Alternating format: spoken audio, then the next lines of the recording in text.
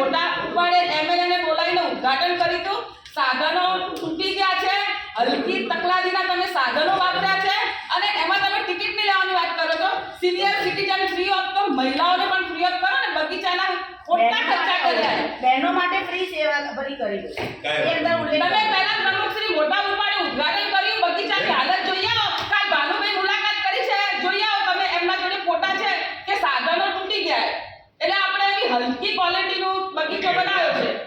અને ઠરાવનો ચેરમેન ની પણ સહી નથી.